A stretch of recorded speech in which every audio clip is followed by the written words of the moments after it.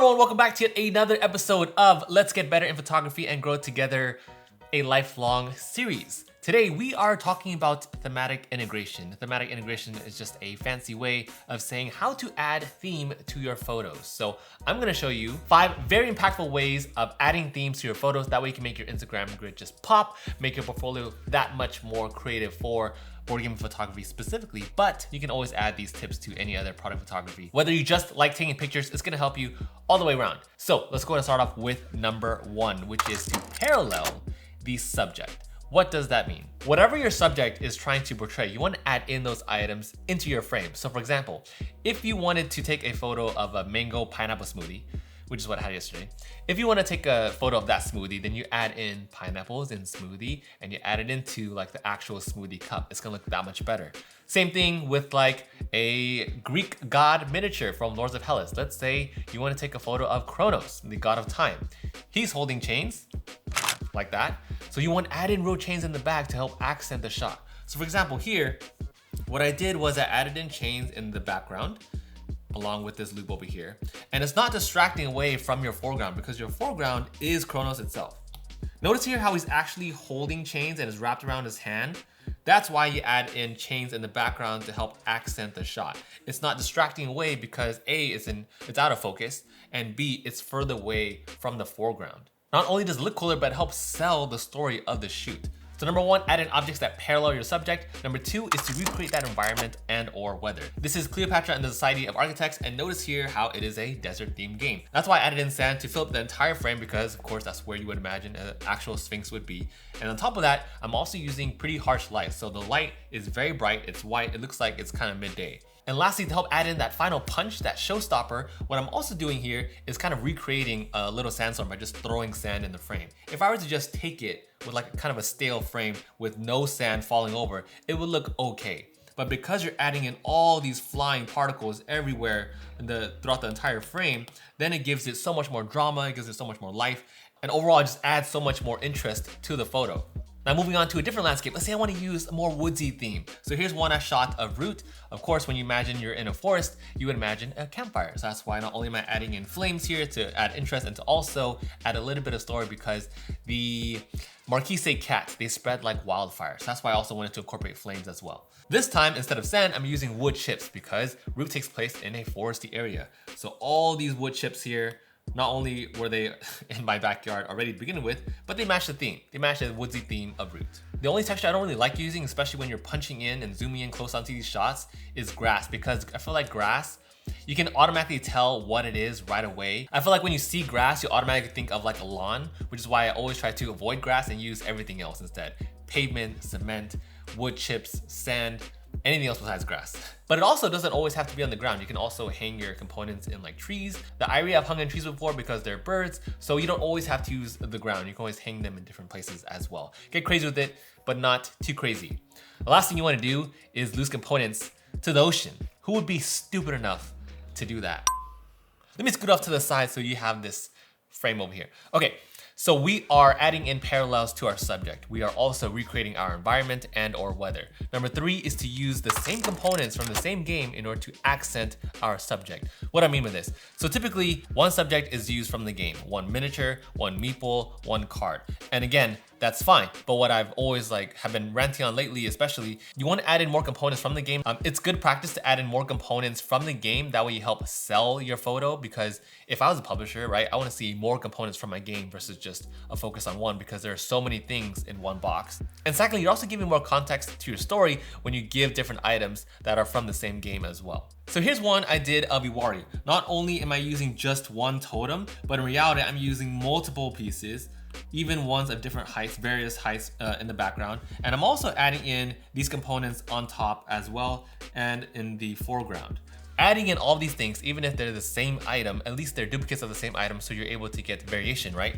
I have a separation in distance. I also have different heights from the totems as well. And with all these structures that I use in odd numbers, 1, 2, 3, 4, 5, I always like to use odd numbers because I feel like it looks better in photos than even numbers. When you add in all these things, it incentivizes, I've been liking the word lately, incentivizes the viewer to scan your photo instead of just, skipping through it. Now here's a second example. This is Uwazi from Bloodstone. So Uwazi is a fire mage. What I could have done originally was to just put in the miniature by itself, but that's a little bit boring, right? You always want to add in more accents. So that's why I added in this whole tower of dice, actual dice that is used for this particular character. And they are pyro dice as well. So when you roll them, he does more like critical damage, and they're all related to fire. So instead of just having him surrounded by this flame above, and it adds in so much more context, especially if you know the game, because now you know that, oh, those are the actual dice that you're using to roll for Uwazi. It's more dynamic, and the flames also have a pathway to actually be engulfed around. Instead of just being engulfed around him, now he actually has a source of where the flame is coming from. So again, more storytelling, more variety, more dynamicism, just more points of interest to scan through the photo. Last little tidbit too about this photo. Notice here how this log has this triangular effect. So this helps by creating this tower, create leading lines all around Uwazi. When I'm taking these photos, all these things are just racing in my mind because you're always trying to figure out how to make yourself a better photographer. In order to do so, you always have to layer your photo and think about leading lines, texture, variety, and so forth. And speaking of texture, that leads us to number 4. Number 4 is to think about texture. Our world, this world that we're trying to recreate, and also our world in general, is full of variety. There are, soft things, sharp things, rough, jagged edges. There are just so many different textures that you should incorporate into your photo as well. Here's an example. So this is Rack, also from Bloodstone. Now I used this styrofoam axe initially. You may not be able to tell it's a styrofoam axe, but the idea was that I wanted this metallurgy type effect. I wanted like that rough, smooth, all the adjectives related to metallurgy. I wanted to incorporate that with the fake axe that Vrak is standing on over here. Overall, the shape of the axe is disorganized. But then I wanted to provide contrast by adding in this tower of dice. So these are his blood dice. And not only do you contrast from the red to black, but also you get these smooth, sharp edges from the dice. You also have one straight red line in the back, not only to tie in the top and the bottom of the photo, but also it gives this fluorescent glow. So we have jagged, we have smooth, we have this glowing aura. And then we also have the smooth edges of the card. We have the main subject, which is Vrak. And then lastly, to get that last final punch, we have a ton of different textures, both in distance and focal length, and also in smoke. But then to tie in the entire photo, to give dramaticism, and to also introduce a ton of different brand new shapes, I added in fog. If you were to just put a mini on a table with no light, no axe, no smoke, no fog, it looks so simple and looks so boring, right? But then when you add in all these things, the styrofoam axe, the light in the background, the smoke, the fog, all these layers create different textures. And those different textures add so much more interest and punch to the photo. Now moving on to our final one, the final tip I have for you today is to think about distance. Everyone's inclination, myself included, is to automatically punch into your subject and kind of just forget about the world behind it. But now I want to challenge you to think about distance. This doesn't necessarily mean to not punch into your subject anymore, but it's to think about the entire background behind your frame. For instance, here's one I took of Everdell Pearlbrook way back when, so these are one of my older photos. But notice how I added in pearls in the foreground, and then we have our main subject in the front, and in the back, we have this entire vast lake behind us. When you're in a setting like that, when you have a beautiful, vast landscape, you want to try to incorporate that in the frame as well, because not only would it be a waste of a trip if you were to just punch in and only see whatever's in front of you, because then you can kind of recreate that texture at home. When you're in such a beautiful landscape like that, you want to take advantage of everything behind it, even if you're still punching in to your subject. Don't forget to take a photo of the entire landscape too by itself. But when you are taking board game photos and you're adding in theme, definitely try to tie in the landscape around you, just like this. Here's another older photo I took. Again, I definitely would have incorporated way more components had I known what I know now.